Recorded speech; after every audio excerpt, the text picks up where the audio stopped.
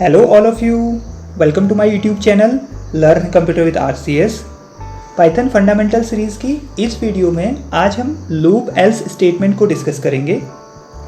अपने previous videos में मैंने आपको ब्रेक एंड कंटिन्यू स्टेटमेंट्स की वर्किंग समझा दी थी वीडियो के माध्यम से। आई होप आपने ब्रेक स्टेटमेंट की वर्किंग को समझ लिया होगा। अगर आपने उस वीडियो को अभी तक नहीं देखा है तो उसका लिंक आपको डिस्क्रिप्शन में मिल जाएगा। आप ब्रेक स्टेटमेंट की वर्किंग को समझ लीजिए ताकि आपको लूप एल्स स्टेटमेंट समझने में कोई प्रॉब्लम ना हो। चलिए स्टार्ट करते हैं अपने वीडियो को। But before starting the video, अगर आप चैनल में नए हैं तो चैनल को सब्सक्राइब कर लीजिए और बेल आइकन को प्रेस कर लीजिए ताकि आपको आने वाले वीडियोस की इन्फॉर्मेशन मिल जाए। Let's start our topic loop else statement in Python. Okay, actually Python में हमने अभी तक जो एल्स स्टेटमेंट हमने पढ़ा था वो हम यूज़ कर रहे थे इफ़ स्टेटमेंट के साथ। इफ़ स्टेटमेंट के साथ हम एक कंडीशन उसको प्रोवाइड कर रहे थे। अगर वो कंडीशन ट्रू होती है तब तो कंट्रोलर जो है वो इफ़ के बॉडी के अंदर जितने भी स्टेटमेंट्स होते हैं उनको एग्जीक्यूट करता है। अदरवाइज वो कौन से स्टेटमेंट में चला जाता है? एल्स स्टेटमेंट में चला जाता है। ठीक है, लेकिन जब हम लूप एल्स स्टेटमेंट की बात करते हैं तो इसका मतलब है कि हम जो हमने लूप पढ़े हैं फॉर लूप और व्हाइल लूप, उनके साथ हम एल्स का यूज़ कर रहे हैं, एल्स स्टेटमेंट का यूज़ करेंगे। ओके, तो फॉर लूप और व्हाइल लूप की जो पूरी प्रोसेसिंग है उसके लिए भी मैंने अपने यूट्यूब चैनल पर वीडियोस अपलोड किए हुए हैं। आप उन वीडियोस को भी देख सकते हैं ताकि आपको फॉर लूप और व्हाइल लूप की कंप्लीट वर्किंग समझ में आ जाए। तो मैं बात कर रहा था लूप एल्स स्टेटमेंट की। तो मैंने कहा कि लूप एल्स स्टेटमेंट किस में यूज होता है? फॉर लूप में और व्हाइल लूप में। हम दोनों में एल्स स्टेटमेंट यूज़ करते हैं लूप के साथ। तो उसका जो आपका कंप्लीट सिंटैक्स है वो यहाँ पर मैंने लिखा हुआ है, फॉर लूप के लिए भी और व्हाइल लूप के लिए भी। पहले इसको समझते हैं, इसके बाद फिर हम एक एग्जाम्पल के थ्रू इसकी पूरी वर्किंग को समझेंगे कि कैसे लूप एल्स स्टेटमेंट काम करता है। तो सबसे पहले हम ये जानेंगे कि कैसे loop else statement for loop में वर्क करता है। ठीक है, तो मैं यहाँ पर मैंने सिंटैक्स लिखा हुआ है फॉर लूप के साथ भी और व्हाइल लूप के साथ भी, दोनों के सिंटैक्स मैंने लिखे हुए हैं। तो सबसे पहले फॉर लूप के साथ समझते हैं। तो यहाँ पर for variable in sequence. Okay, तो जो भी वेरिएबल होगा और जो सीक्वेंस के वैल्यूज़ होंगे, सीक्वेंस में जितने भी आइटम्स होंगे उन आइटम्स के लिए ये वेरिएबल है आपके फॉर लूप की बॉडी को उतने टाइम इटरेट कराएगा।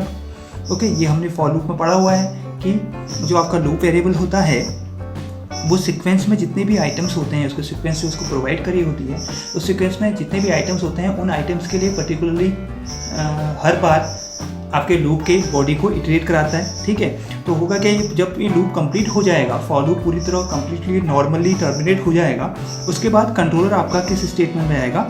एल्स स्टेटमेंट में जाएगा। Okay, and then else statement में एल्स की जो बॉडी है उसके अंदर के जितने भी स्टेटमेंट्स होंगे उनको आपके स्क्रीन पे एग्जीक्यूट करेगा। ठीक है, तो इस तरीके से loop else statement for loop के लिए वर्क कर रहा है। दैट मीन्स पहले completely for loop normally terminates हो रहा है, पूरा कंप्लीट एग्जीक्यूट हो रहा है, उसके बाद देन आपका कंट्रोलर कहाँ जा रहा है? एल्स स्टेटमेंट में जा रहा है। ओके, इसी तरह से अगर मैं व्हाइल लूप की बात करूँ तो व्हाइल लूप में भी वही केस बनेगा कि जब तक व्हाइल की जो टेस्ट कंडीशन ट्रू है, व्हाइल लूप की जो टेस्ट कंडीशन है वो जब तक ट्रू रहेगी तो आपका ये आपका व्हाइल का जो बॉडी है में स्टेटमेंट्स हैं वो स्टेटमेंट्स वन बाय वन क्या होंगे? एग्जीक्यूट होंगे। एंड जैसे ये कंडीशन आपकी क्या हो जाएगी? कंडीशन फॉल्स हो जाएगी। ये कंडीशन आपकी फॉल्स हो जाएगी तो अब उसके बाद जो आपका कंट्रोलर है वो किस में जाएगा? इसके व्हाइल के एल्स आपके स्टेटमेंट में जाएगा और एल्स स्टेटमेंट में जाकर के उसकी बॉडी के अंदर जितने भी स्टेटमेंट्स होंगे उनको एग्जीक्यूट करेगा। ठीक है, तो यहाँ पर आप ध्यान दे रहे हैं कि व्हाइल की जो आइडेंटिफिकेशन है वो एल्स की आइडेंटिफिकेशन और व्हाइल की आइडेंटिफिकेशन क्या है? उनकी सेम है। इसी तरीके से फॉर की आइडेंटिफिकेशन और एल्स की आइडेंटिफिकेशन भी क्या है?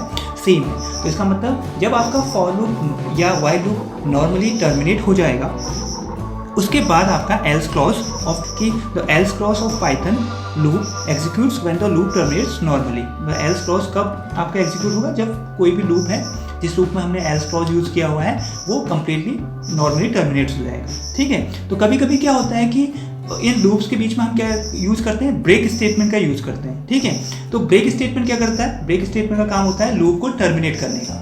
ठीक, तो इसका मतलब अगर कहीं मिडिल पे इसको ब्रेक स्टेटमेंट मिल जाता है तो उस केस में फॉर लूप और वाइल लूप क्या हो जाएगा, टर्मिनेट हो जाएगा, तो वहां पर फिर वो एल्स क्लॉज में नहीं जाएगा। ये भी आपको ध्यान रखना है। ठीक है, मैं एल्स क्लॉज में कब जाएगा बोल रहा हूँ, जब वो नॉर्मली टर्मिनेट्स होगा। ठीक है, जबकि ब्रेक क्या करता है, उसके जो लूपिंग होती है, जो लूप प्रोसेसिंग होती है उसको टर्मिनेट कर देता है। तो इसका मतलब वो कंट्रोलर जो है फॉर लूप से ही बाहर आ जाता है। तो इसका मतलब एल्स केस उस टाइम पे फॉर का काम नहीं करेगा, चाहे फॉर की बात करूं चाहे वाइल की बात करूं। ठीक है, तो इसको एक एग्जांपल के थ्रू और समझ लेते हैं आगे।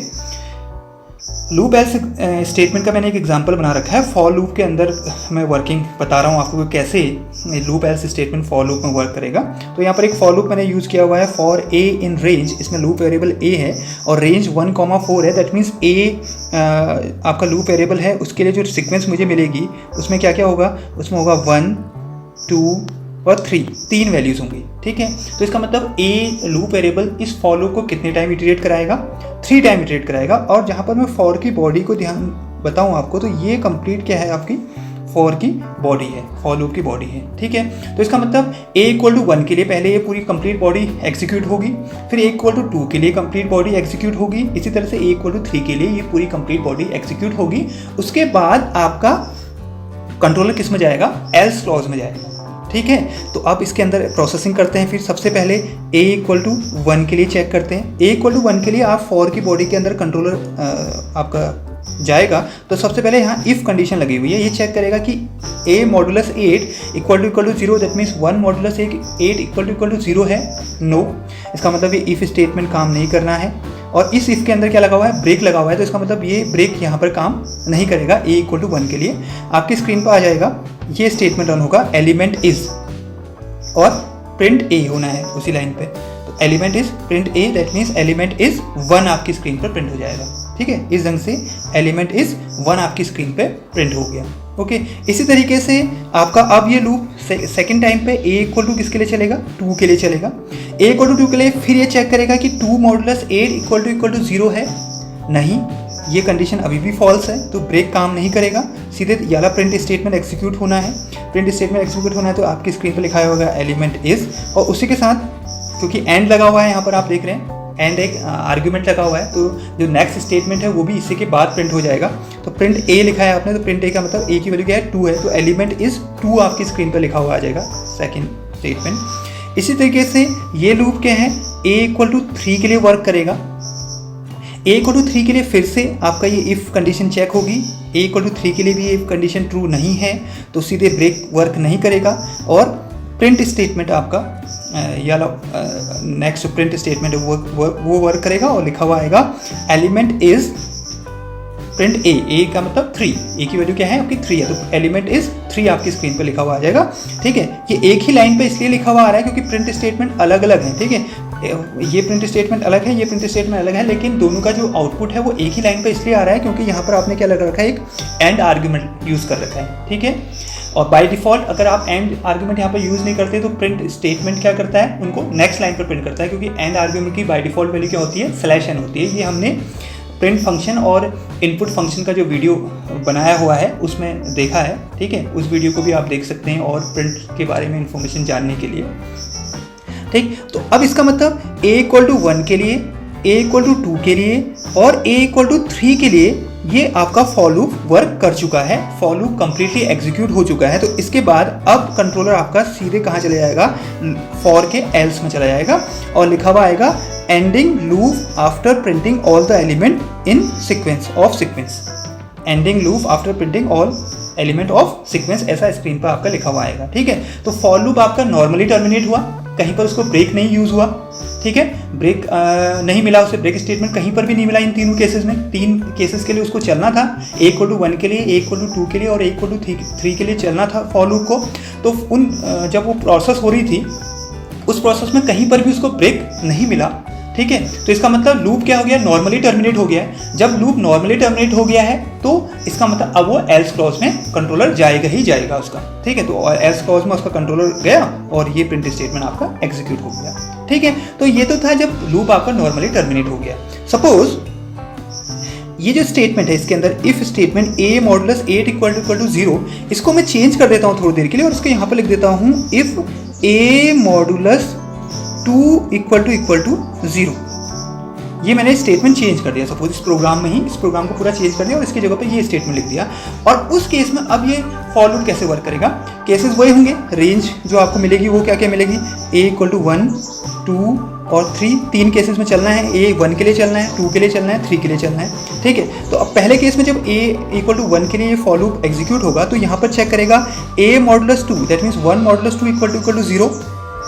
कंडीशन क्या होगी है, फॉल्स हो गई है। इसके लिए कंडीशन फॉल्स हो गई तो कौन सा स्टेटमेंट प्रिंट हो जाएगा, एलिमेंट इज, इसके बाद प्रिंट a दैट मीन्स 1, तो लिखा हुआ आएगा एलिमेंट इज 1। ओके, ये आपकी स्क्रीन पे लिखा हुआ आ गया। किसके लिए, a इक्वल टू 1 के लिए, ठीक है। जब इफ कंडीशन ये वाली लगी हुई थी, सेकंड वाली इफ कंडीशन लगी हुई थी, ठीक है। इसी तरीके से ये a इक्वल टू 2 के लिए चलेगा। नेक्स्ट केस में जब a इक्वल टू 2 के लिए इफ केस चेक करेगा तो यहाँ पर उसे क्या मिल जाएगा, 2 मॉडुलस 2 इक्वल टू 0। कंडीशन क्या मिल जाएगी, ट्रू मिल जाएगी। ट्रू मिलेगी तो क्या लगना है उसके इफ स्टेटमेंट के अंदर क्या लगा हुआ है, ब्रेक लगा हुआ है। तो इसका मतलब आपका फॉर लूप यहीं पर क्या हो जाएगा, टर्मिनेट हो जाएगा। फॉर लूप यहीं पर टर्मिनेट हो जाएगा तो इसका मतलब वो एल्स क्लॉज में नहीं जाएगा, ठीक है। सीधे कहाँ आ जाएगा, इससे बाहर जो अगला स्टेटमेंट होंगे, कोई और स्टेटमेंट आपने लिखे होंगे प्रोग्राम, अगर इस केस में तो ऐसा है नहीं, अगर आपने और स्टेटमेंट्स लिखे हुए हैं तो वो एग्जीक्यूट होंगे। फॉर लूप के एल्स क्लॉज में कंट्रोलर नहीं जाएगा क्योंकि आपका जो लूप है वो नॉर्मली टर्मिनेट नहीं हुआ है। उसको किसने टर्मिनेट करा है, ब्रेक स्टेटमेंट ने उसको टर्मिनेट किया है, ठीक है। तो ब्रेक स्टेटमेंट के साथ एल्स क्लॉज काम नहीं करता है, ठीक है। तो ये ध्यान देना है कि कोई भी लूप में जो लूप एल्स स्टेटमेंट है वो तभी वर्क करेगा जब चाहे वो फॉर लूप हो चाहे वो व्हाइल लूप हो, वो दोनों नॉर्मली टर्मिनेट हो, तब उसके बाद आपका कंट्रोलर किस में जाएगा, एल्स क्लॉज में वर्क करता है, ठीक है। तो मैंने ये आपको फॉर लूप की प्रोसेसिंग में समझाया था। इसी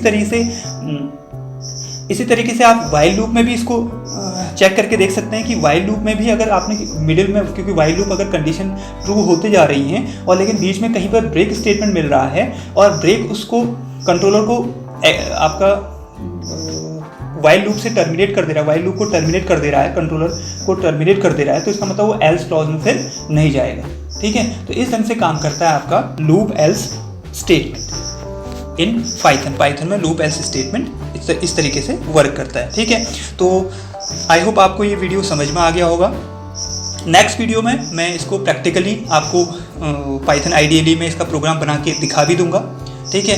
तो कैसा लगा आपको ये वीडियो, आप कमेंट सेक्शन के माध्यम से मुझे कमेंट करके बता सकते हैं। आपकी कोई क्वेरी है तो क्वेरी को भी आप कमेंट सेक्शन के में लिख कर मुझे बता सकते हैं। चैनल को अभी तक सब्सक्राइब नहीं किया है तो चैनल को सब्सक्राइब कर लें, बेल आइकन को भी प्रेस कर दें ताकि आपको आने वाली वीडियोज़ की इन्फॉर्मेशन मिल जाए। मिलते हैं अगले वीडियो में। Thanks for watching.